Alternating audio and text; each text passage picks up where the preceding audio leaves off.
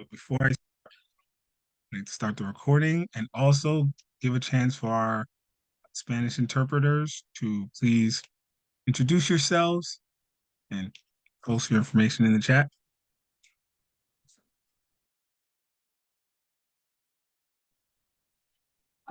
Good evening, buenas tardes a todos. Quiero dejarles saber que si quieren escuchar esta reunión en español, pueden marcar el número 347-966-4114 e ingresar el código de conferencia 614-276-607 seguido de el símbolo de numeral. Esta información también va a estar aquí en el chat. Les pido por favor que apaguen sus micrófonos para que todas las personas puedan escuchar la interpretación de esta reunión. De nuevo, el número para llamar es 347-966-4114 y el código de conferencia es 614-276-607 seguido del símbolo de numeral. Muchas gracias. End of Spanish announcement. Thank you. Thank you. All right, first I want to acknowledge our Special Education Committee members. My name is Quentin Mesdison. I'm the chair of this committee, and I also have co-chair Simone Dornback. You want to say a few words? Good evening. My name is Simone. I'm very happy to be here today. My family is also in the room, so when I speak, you may hear them or you may not. But thank you all for coming. I'm really excited about this first committee meeting.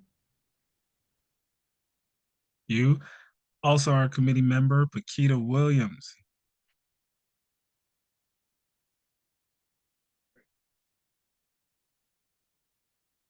Awesome.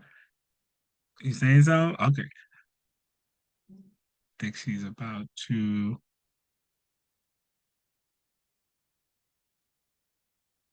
Okay.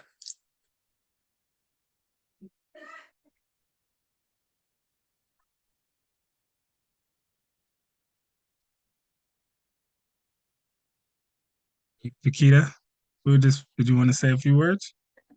Oh, yes, I'm having a little technical difficulties. Oh, okay, no problem. Yeah, just give me a few minutes. No, thanks for being here.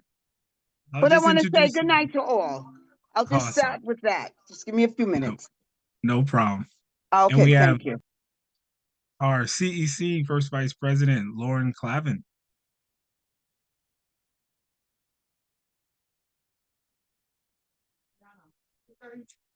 Okay.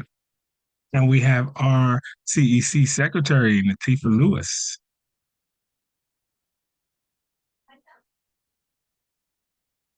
Okay. You guys ever want to say anything, just let me know. And good night. As I said, I have a bit of a conflict, so I'm more on a listening mode, but happy to be here. Appreciate you. And if there's any principals or any elected officials, please just update your name and I'll definitely recognize you. Always appreciate our administrative assistant, Dorinda, who does a lot of work behind the scenes to make this all look so smooth. Thank you, Quentin. Now, thank you.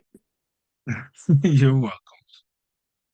All right. Well, good evening, everyone, and welcome to the CEC D28 Special Education Committee meeting.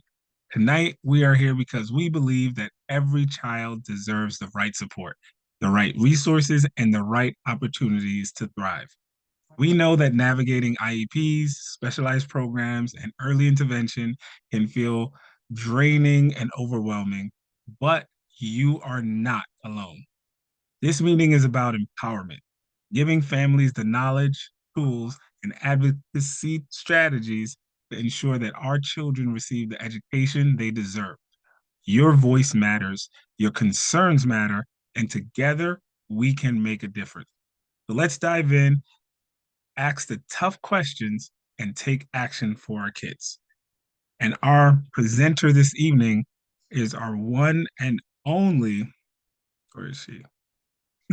Oh, Stacy Palmer from our District 28 office. Stacy. Good afternoon, everyone. Thank you, Quentin, for the warm introductions. hopefully I can begin to share. So hold on. Stacy, would it help if I share for you? And Yes. yeah, let me Yes, share thank for you. you. Thank you.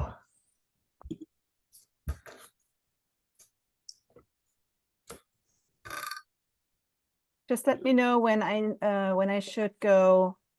Absolutely. Okay. You can go in presentation mode.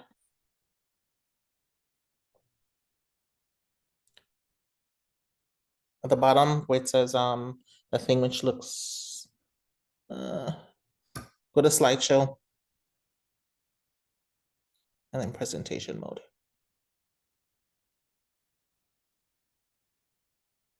I'm sorry. I'll get it. That's okay. All right. At the top where it so says you don't slideshow. need it. I know. So good afternoon, everyone. My name is Stacy Palmer. I am the Administrator of Special Education for District 28. I do service the public schools from kindergarten up through grade 8. So welcome and to the inaugural Special Education Committee meeting. Thank you, Simone. Next slide, please. So today we're going to cover quite a few topics, and we're going to start with a little bit of data overview, special ed continuum, pre-K special education services, the KIP process, which is about to take hold and lead the way for our young ones coming into the kindergarten, K-8 school age services, key admission dates, as well as some resources to enable you to navigate to help to better support your child. Next slide, please. Okay, so a little bit about the data. Next slide.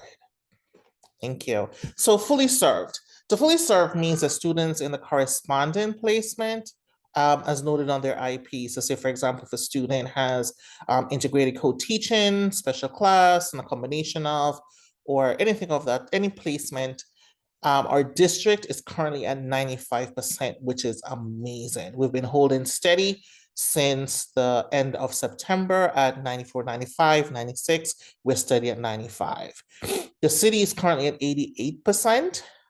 So we're ahead of the city's average. And please note that these percentiles, which I'm about to review, only pertains to kindergarten through grade 8. Okay, this does not include the preschools, the charter schools, the non-publics, or anything which fall under CPSE and CSE. Next slide, please. Oh, why did it thwart my slide? Oh dear. So related services, which are the big 6. We talk about special SLT, OT, PT, counseling, vision services, and audiology. We are currently at 96%, which is relatively high as a district. Here, I want to let you know that our K-8 schools have cushioned themselves, unlike some other districts, which percentile, from my understanding, is lower. So we do and are able to service our students once they come into K.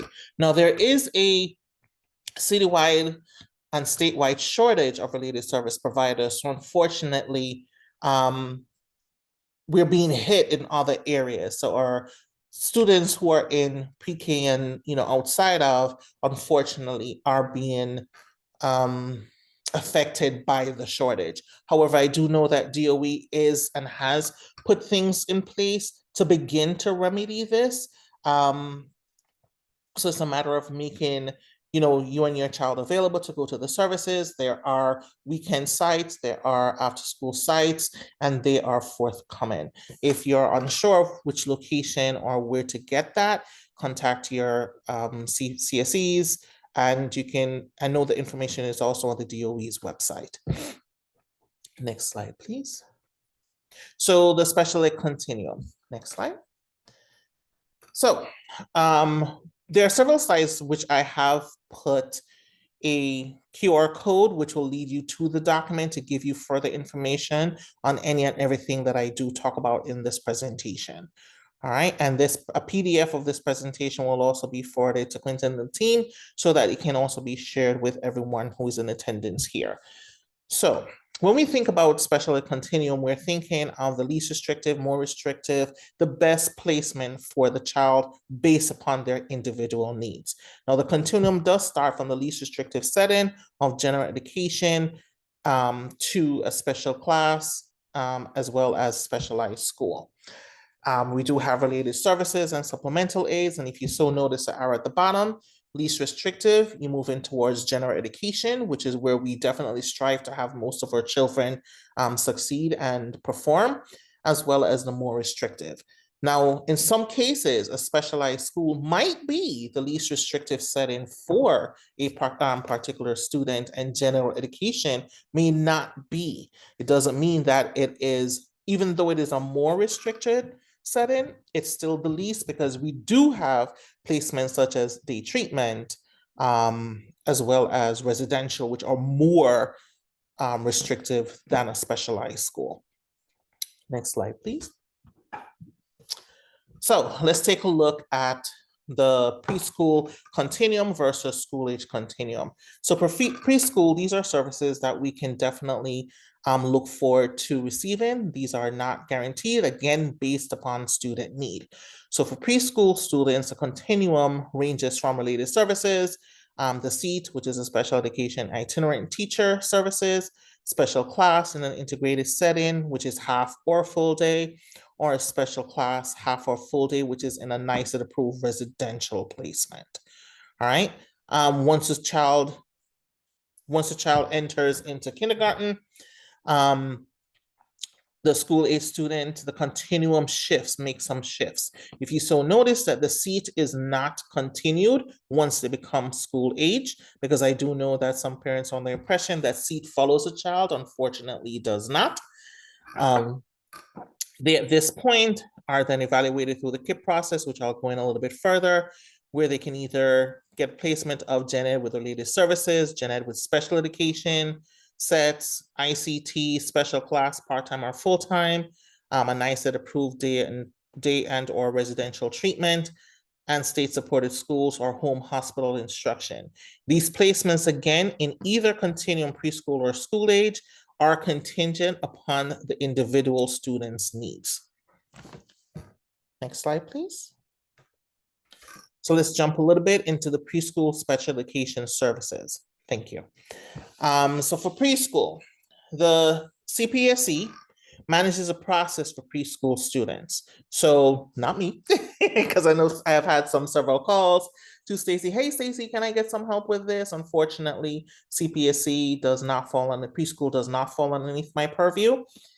There are 10 offices throughout the city. We are CPSE,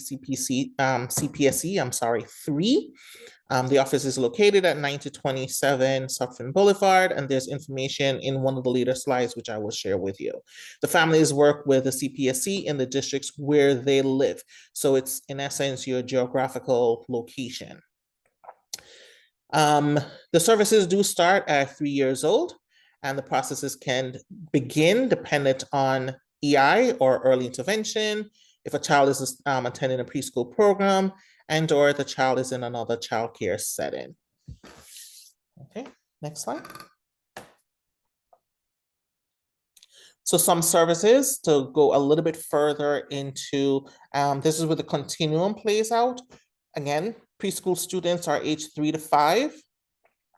The students either attend a private parochial, charter, state-supported, or state-approved non-public school in New York City. They can receive home or hospital instruction as a placement on their IEP, students who are homeschooled as well, and or who are not attending school. Next slide. So the kindergarten intake process, or what was formerly known as the Turn-In 5 or T5, okay, because I know KIP is a new term. I fail to understand why my slides have been distorted, but we're functional, so let's rock. So for kindergarten students, families with children with disabilities enters kindergarten in September will take part in a 2-pronged process. The first is the KIP, and then, of course, when they do enter into our doors, they then services then follow at that point. So the first is the kindergarten, which is how special education services and supports are determined for your child who is entering kindergarten. Every elementary school is expected to welcome and serve students with disabilities in accordance with their IEPs. So whatever their placement is, whatever their needs are, we do welcome every student with open arms into our buildings. And I know that D28 is a big proponent of that practice. We do not turn students away. And if we do, we ensure that it is corrected as soon as possible, if and only if those cases do arise.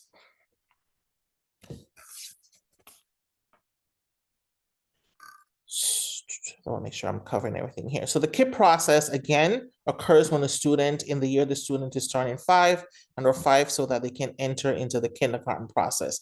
This, in essence, mimics a full evaluation where different data is ascertained from the team at the preschool or from that location to then determine exactly what the student's needs will then be once they enter our doors. Next slide, please. So the evaluation itself is a review of several assessments. It's a review of all progress reports. There is a social history update. There's an updated physical assessment, an observation, a comprehensive understanding of the student's mastery of any skills which are at play and or needs. Again, determined if there are several things which are age appropriate. And there's also a review of information gleaned from the students, teachers, and or providers.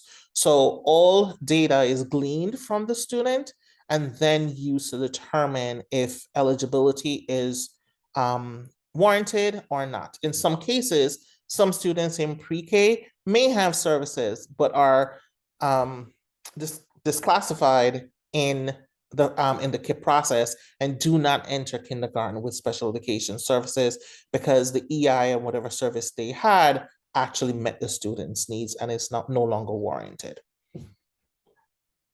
Next slide, please. I know there was one question which came up was about and around autism. There are several autistic programs which are available. There's the NEST, Horizon, and there's AIMS. So NEST is a reduced ICT class or integrated co-teaching class where there are 2 teachers in the room. There are students with autism and students without disabilities in that classroom. Horizon is a small special class. The ratio is 8:1, where there's 1 teacher, 1 para, and up to 8 students with autism. The next setting is in AIMS, where it's a special class, which is 6:2, where it's 1 special education teacher, a speech teacher, 1 paraprofessional with up to 6 students with autism, and BCBA provides coaching support. Now, each setting for autism does have a different foci points. So based upon the KIP process or where you see that the needs of your child will determine the program to which the child may need. Next slide, please. So let's step into the world of kindergarten through K-8. Next. All right, so service placements for kindergarten. Again, it pretty much continues the same continuum. Again, if you so notice, in this continuum, we do not have seat services, which is only applicable for pre-K. All right, so again, we do continue with special class. We have the sets, gen ed, home and hospital instruction. We have integrated co-teaching, as well as the most restrictive, which is non-public day and a residential school, which so happens to be at the yellow at the top of the rung. All right, the goal of special education services when our students enter our building is to support students in meeting their vocational career and or community-based post-secondary goals. So once they enter in our doors in kindergarten, the goal is to ensure that we are working and putting things in place so that we are creating and developing their minds in order to become productive citizens as they enter the adult world once they graduate from high school. Next point, please.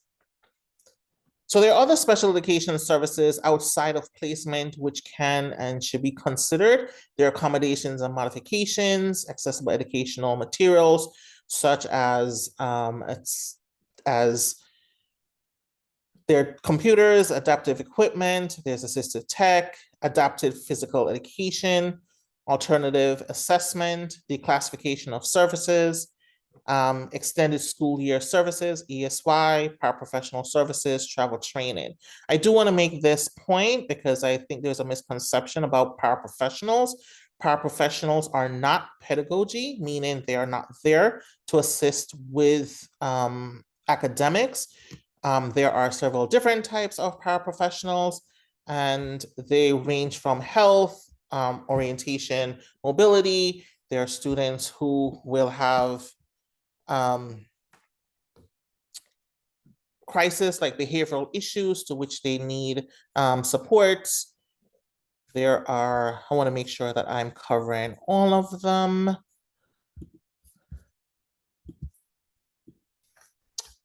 see. Oh, yes, I forgot.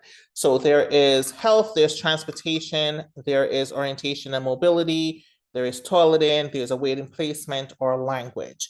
Now, the awaiting placement or language para is the only para to which instruction is actually rendered, only because this is for a student who is a bilingual special education student who needs instruction in their home language or the language of need. In some cases, we do have a lot of students who need Spanish, Russian, Urdu, and it runs the gamut of different languages. A toileting para is not a full-time para, just want to make sure that is clear. Travel training, which is another special education service, is there. However, this service is only applicable for students who are age 14 and older. Okay, next slide, please. So how do our students transition from elementary to middle? So there are different steps which they go. There are two different types of transitioning. There's a transitioning between the grade bands from grades K to 1 to 2 to 3, from elementary going to middle school to 6, 7, 8, and then to high school. And then there's transition planning, which actually coincides with the transitioning through the grade bands, which provides supports and puts in place things for the child to become post-secondary ready, to become able to function once they leave our doors. And I'll go into that in a little bit once I get to that slide. So transitioning from elementary to middle, it actually looks the same throughout the grade bands for students with IEPs as well as their general ed peers. There is nothing different with the process. Every year that if the student has an IEP, every 3 years, a reevaluation is completed for the student to see if there's regression and or progression, to realign if particular services are needed and or not warranted. Every year, the IEP or individualized educational plan is done annually. And that too, the team gathers all the data to then support exactly what the child needs, the plan going forth to provide the appropriate services for the student. So there's always opportunities to be in a class with non-disabled pairs. Related service duration, frequency, and location are considered. Tests and accommodations are considered. Post-secondary goals and transition planning are considered, because again, transition planning does begin once they enter into our buildings. So we're introducing them to the world of work. Next slide, please. So transition planning, the fun stuff. So this is a formal process of transition planning. This does begin in the year the student is turning 12, and it can begin earlier if appropriate. It's driven by the student's goals, desires, and abilities. And by that, say, for example, your child may say, hey, you know, when I grow up, I want to become a doctor.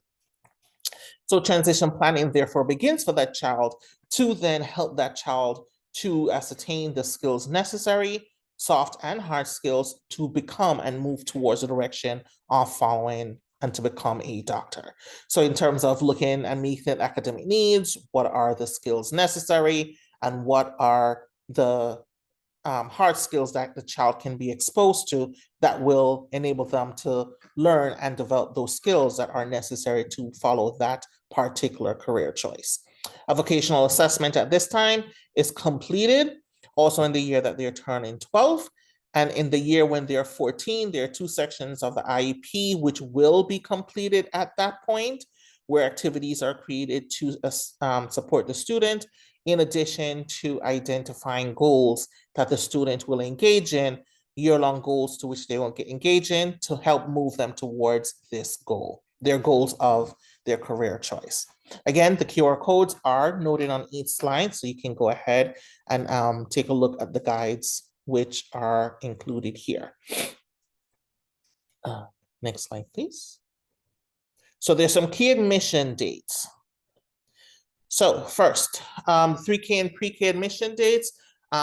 Please, the deadline apparently is this Friday, February 28th, if you haven't already done so. If your child was born in 2022, they can attend 3K this fall.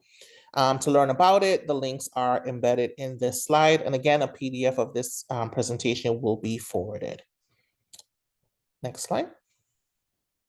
Middle school admission updates. I know the deadline was Friday, December 20. However, I do know that there may be some questions in terms of when the offer releases will be given. That will be April 9, so do not expect anything before April 9. That's when, dear counselors, you'll definitely start getting literature on that. Okay, next slide, please. High school offers, because I do know that usually, our parents have older children. So the deadline for high school offers is, they'll receive their offers, in March 6th, which is next week. If you don't have a My School account, definitely create one so that you can take a look to see what schools were selected and offered. Next. So here are some guides for you. Next slide. So the first is getting help in your language. There are actually 10 DOE languages which you can get assistance with for any and all documents or anything at all. If you say, for example, if you get your IEP and I know English has to be provided first. If you would prefer the IEP in your home language, please let the team know. And they will definitely order a copy for you in a timely manner and submit it. Next slide. Early intervention is another guide which I've included here. Again, the QR codes are here for you to access. Next slide. I'm going to run through these slides pretty quickly because they are guides. There is a guide now for newly arrived families. This actually takes you through the different steps in terms of how to apply for disability supports and how to go through the process. Next. Family guides for special education services. There's a guide for preschool, and there's also one for K through 12, which is a family guide to special education services for school-aged children. These 2 guides do go into the processes that entail the special education process in terms of from start to finish. So if you have any questions in reference to the IEP process, what it should look like, timelines, why is this taking so long? Why are they asking me to complete a particular document? These guides will actually support you in answering those questions, as well as if you have any questions, definitely reach out to your CSE, CPSC, and or for school age, you can definitely reach out to me. Next slide. There are 3 more resources, ask and share. There is elementary, middle school, and high. This is where it tells you how to helps you to understand how a student-centered IEP is developed, because again, this IEP is for the child, is a plan for their educational journey. So the goal is to actually have them at the heart of the work and the development of that document. Again, this is for all 3 grade bands. Next slide. So Committee of Special Education, CPSC and CSC. For inquiries, all the contact information is here. I did, even though we are District 28, I did include Districts 25, 26, and 29 because we are Queens South strong. So information is here for all to actually refer to. Next slide. Agency selections. Here are some agencies to which I included, which can actually support you with any needs that your child may have. Now, is DOE in any way, shape, or form affiliated with these agencies? No, we are not. Do we have existing relationships? No, we don't. However, these agencies, if you so happen to need support, questions, workshops, if you have any questions outside of us or anything of the sort, if you need anything at all for that matter, these are some of, this is not an extensive list. This is only a few of many that can be used. Okay. I'll speak to one like Adapt Community Network. I did have a family a few years ago who actually needed access to a wheelchair, had no idea how to actually get one. Adapt actually worked with the family to actually secure a wheelchair. There's Include NYC. I know we do have a partnership with them, yes, where they do workshops for families. Synergia also does workshops for families. Brooklyn Autism Center, and I know it says Brooklyn, but I know they do service outside of the borough. So they do have information on autism and or can lead to different connections to support with students or persons with autism. There is OPWDD, or Office for People with Developmental Disabilities. That is a New York State agency, as well as OMH. Those two do support with different services, and that can be useful for students or persons who are eligible. Access VR is another agency that usually the relationship starts at age 14, so that's middle school.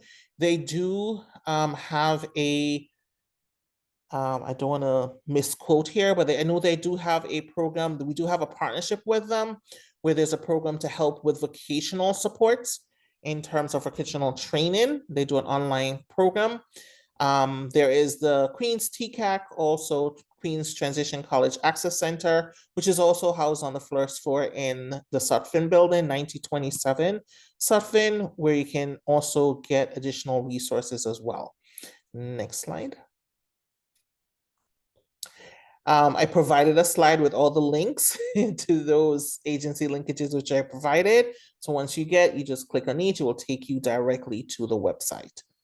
Next slide. So autism applications, because I know autism is a big topic. DOE now has an online form for this. It's not paper form anymore. So for children entering kindergarten, the form is listed above. Once you open the form, it will ask you, you can select if you want a DOE supported language. The only one which is not linked there, which is Haitian Creole. If you do need that, the link is linked separately. If you do want to learn more about the kindergarten admission process, there's also a link there. If your child is already in K through 12, the link for the program is also there, the same for Haitian Creole, as well as families can apply at any time for grade K through 12, and all assessments needed can be emailed to autismprograms@schools.nyc.gov, which is noted here. Next slide, please. And I know I've said a windfall of information, so I will pause, and I know some questions and comments have been coming in the chat. However, I cannot see the chat, but I will definitely, any questions, please unmute and I will try my best to answer. I want to thank you personally, Stacy, Miss Palmer. Like, that was phenomenal. Like, I wish Thank I you. had that when I was navigating with my children through this process. Would have taken a lot off my back. So one thing I want to do is just recognize while you were speaking, we do have our FLC representative, Sonia, who popped in. If Sonia wants to say a few words before we get to our questions.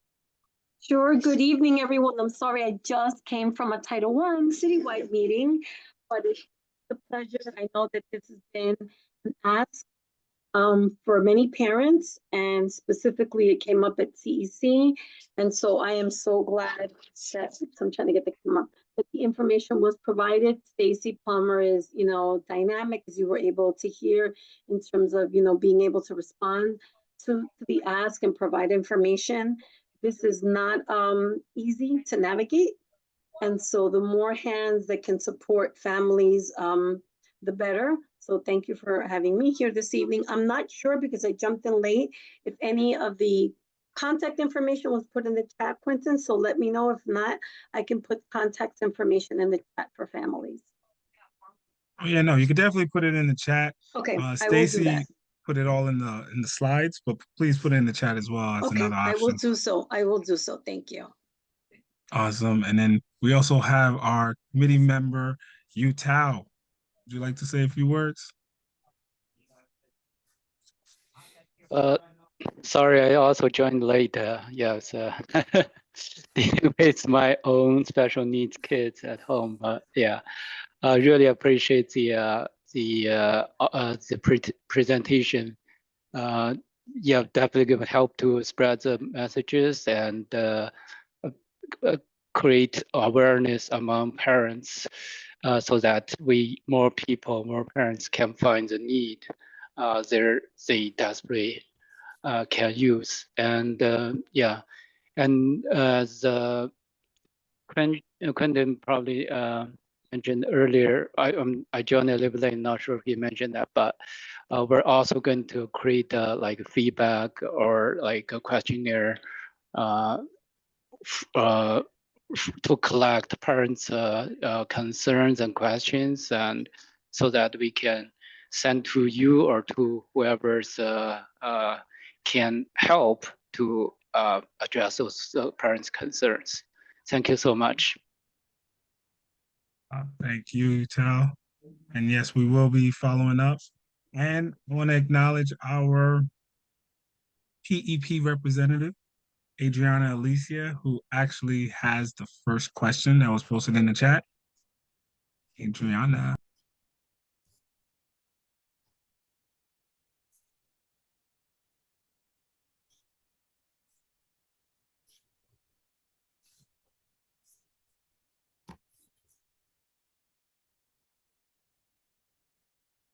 You may need assistance to unmute. I asked her to unmute, but she didn't. Okay. I do see the question, so I'll read it. It says, can I confirm if the nest is actively enrolling or placing students? As far as I know, it is rolling and it's rolling. It is contingent upon seat availability. I can't tell you much about in terms of like the time frame when it will happen, how long it takes, the criteria, and so forth. But I will definitely ascertain some more information and forward to the team so that it can be given and shared here.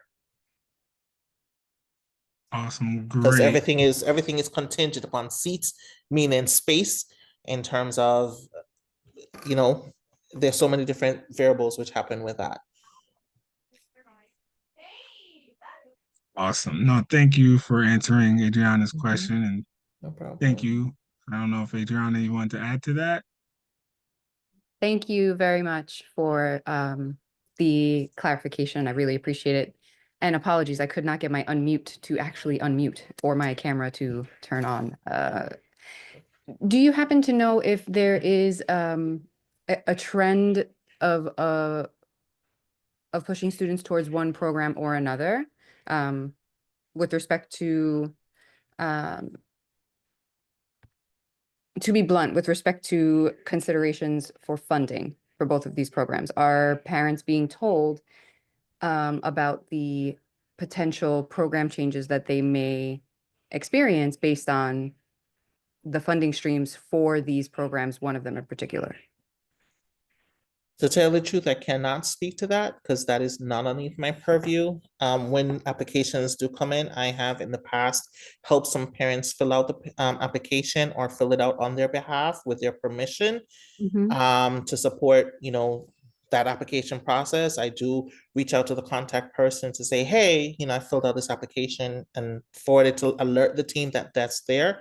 But once that goes in, I have nothing to do with it. So I don't know. I can't speak to the processes which are done. I can't speak to the decisions. I can't speak to the placement or anything of the sort. That is actually done from an entirely different department, to which is one, above my pay grade, and two, not in my purview.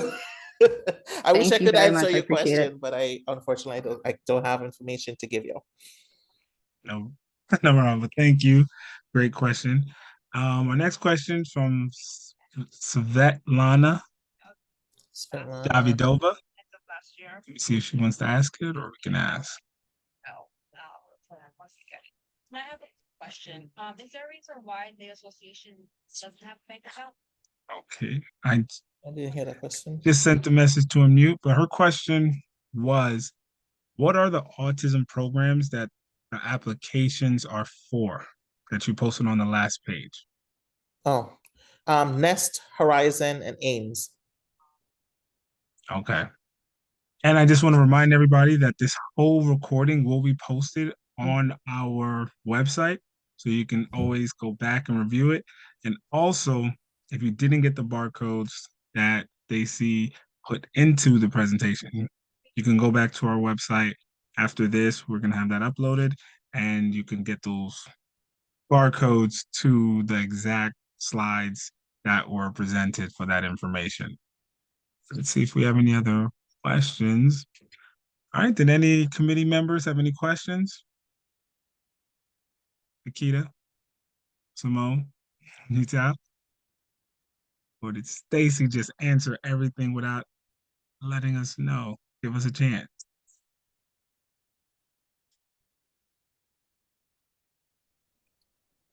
I don't have any question.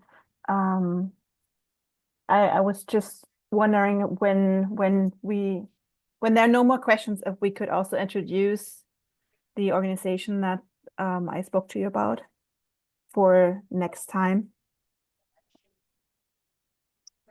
as a follow-up. So what I mean is sometimes when we are challenged with the IEP and we realize that either services are not provided or we're not happy about the outcome of the evaluation, there are processes that we parents can take advantage of, such as special ed mediation.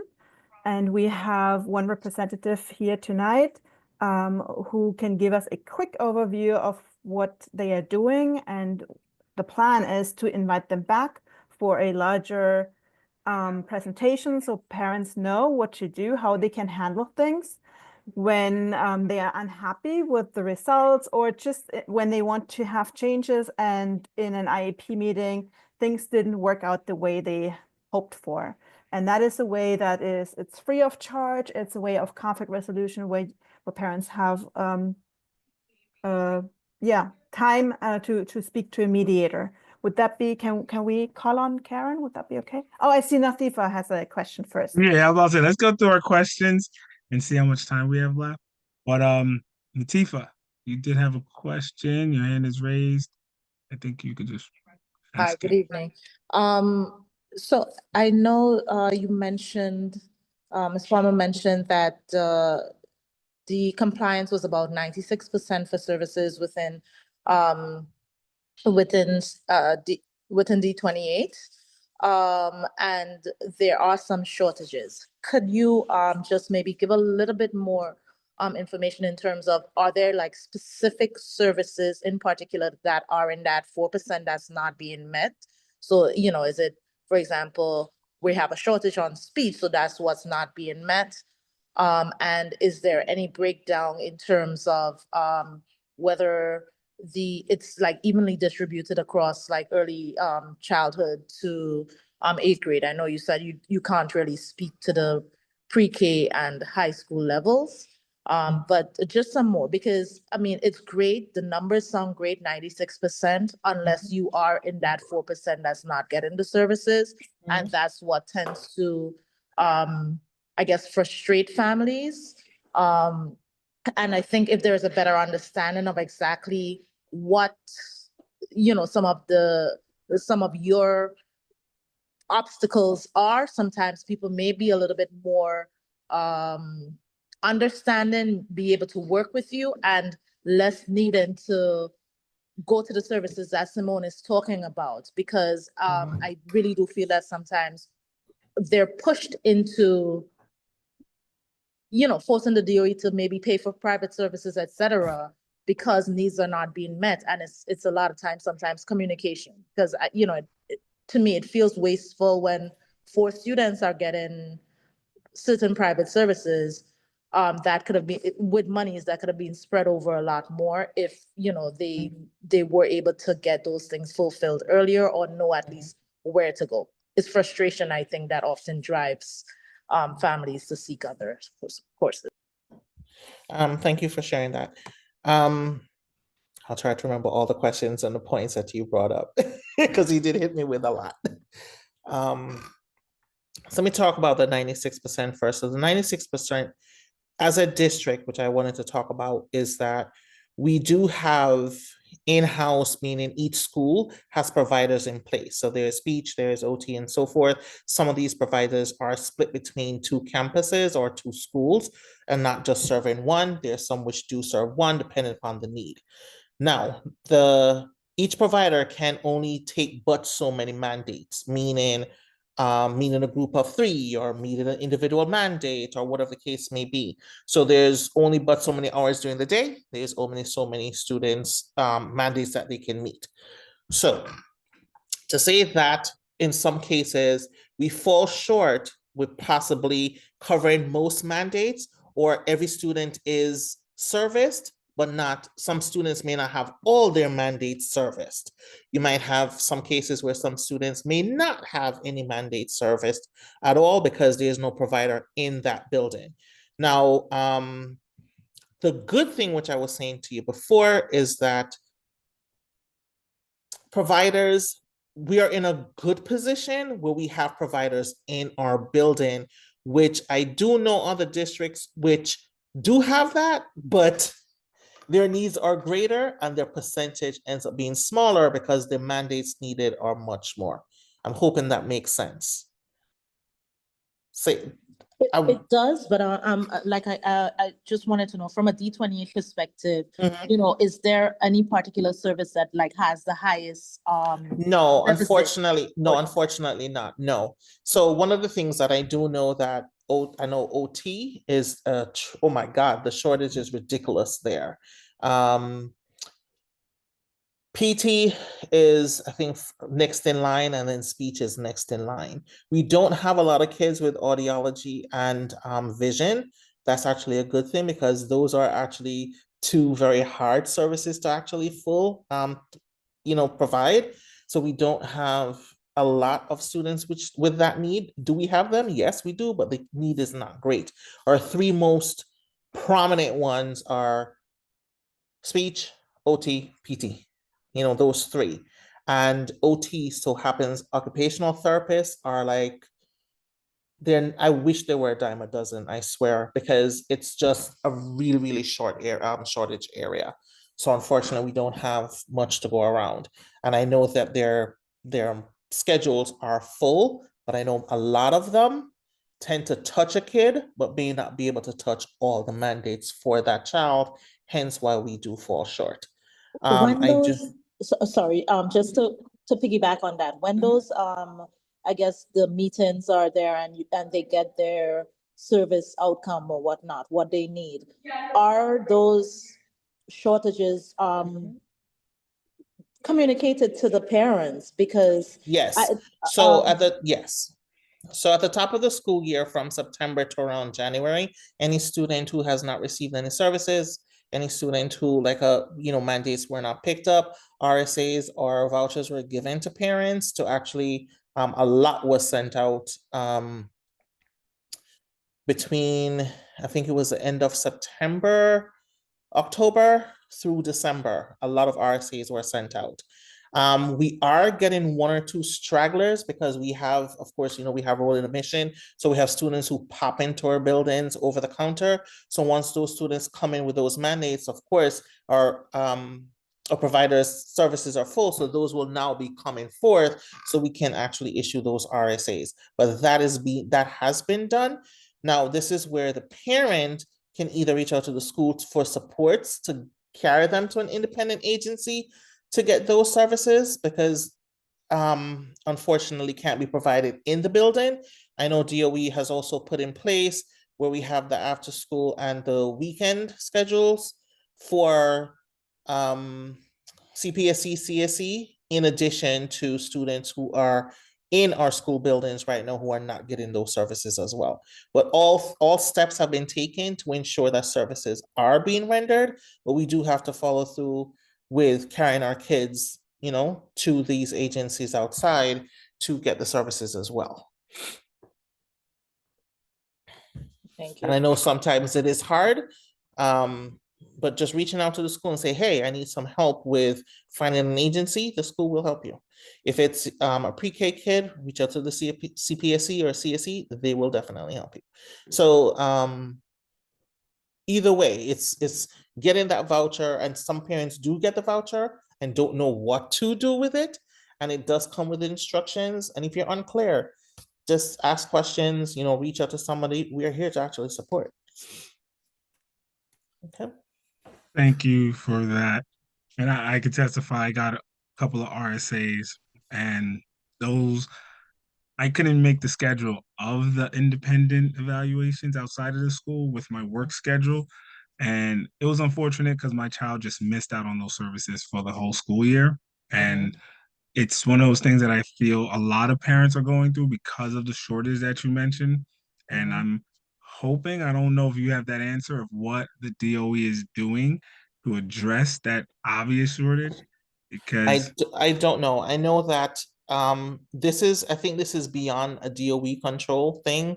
This is it's the same thing, like there's a shortage of teachers. Schools are not graduating teachers, at a rapid rate like how they used to be, especially since COVID, where we became underneath that, that big old radar of the eye watching us. So it's like, unfortunately, that's not the case. And the providers, unfortunately, there is a shortage. And this is, I wouldn't be surprised if it's actually a national shortage and not just a citywide shortage. I would not be surprised. understood. We have another question from Elizabeth Ziba.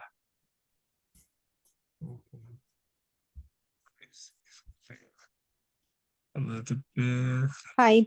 Hello, everybody. I have a question regarding how are dyslexic children being serviced? I know a lot of parents, including myself. My child is in 5th grade and hasn't been serviced in 6 years. Dyslexic children consist of about 10% of the population, and they do not seem to be receiving interventions. Screening is not performed, and teachers are not being trained. How do you respond to my question?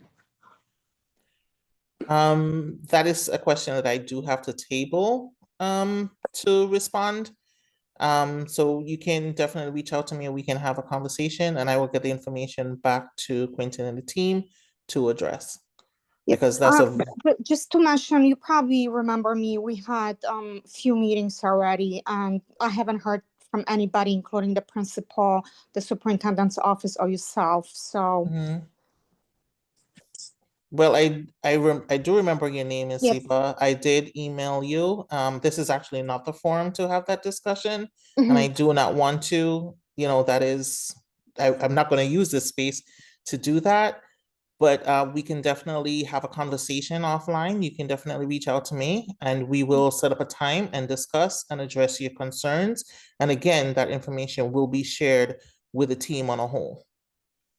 So I will definitely get it back to Dorena as well as Quentin to share with everyone else so that they are aware of what the district at this time is doing. Yes. Thank you for your question. And I know we are getting to the end of our meeting. We did not want to take all of us parents away from our children and our evening tonight. And I want to just remind everyone, please continue putting questions in the chat as we close, because we will be saving those questions and we will be getting those questions answered through the district or even CPSC, who couldn't be here tonight. And we also, I'm going to put my email, and if you, Tal, you can put your email. We're going to be putting all the CEC28, all the questions together, just so we can make sure that we have them organized for the district, so we could come back to our next meeting with questions answered. And again, I just want to thank Stacy for being here, and I want to thank the parents who were able to put questions in the chat and ask questions live here, because we are here to get these questions answered. We all have the same concerns of having our kids have the education and thrive in the best ways possible here in New York City. Other than that, I just want to make sure to the Spanish interpreters, do we have any questions on your end? No questions in the Spanish line. No problem. And I just wanna, okay, so before we close, Simone, you had someone, and our emails are in the chat. Simone, you had someone. Oh, well, thank you, Stacy. Stacy, thank you for taking your time out this evening, for coming out and doing a beautiful presentation Oh, and thank you. answering questions. And you are so very much appreciated. And it's nice to know that our district is behind us every step of the way, helping us and helping parents navigate this system. Quentin, I'm sorry. I know you have someone in Spanish speaking, but if I could just say something real quick in Spanish, I'd appreciate it. Yeah, go ahead. Buenas noches, yo sé que ustedes han tenido interpretación para esta sesión, pero queremos ver hacerle el énfasis, por favor, si ustedes necesitan ayuda, tienen preguntas, necesitan recursos, ahí se les puso la información en el chat y yo también les voy a poner mi nombre y mi correo electrónico. Mi nombre es Sonia Rueda y así los puedo también conectar con el distrito. Thank you, gracias.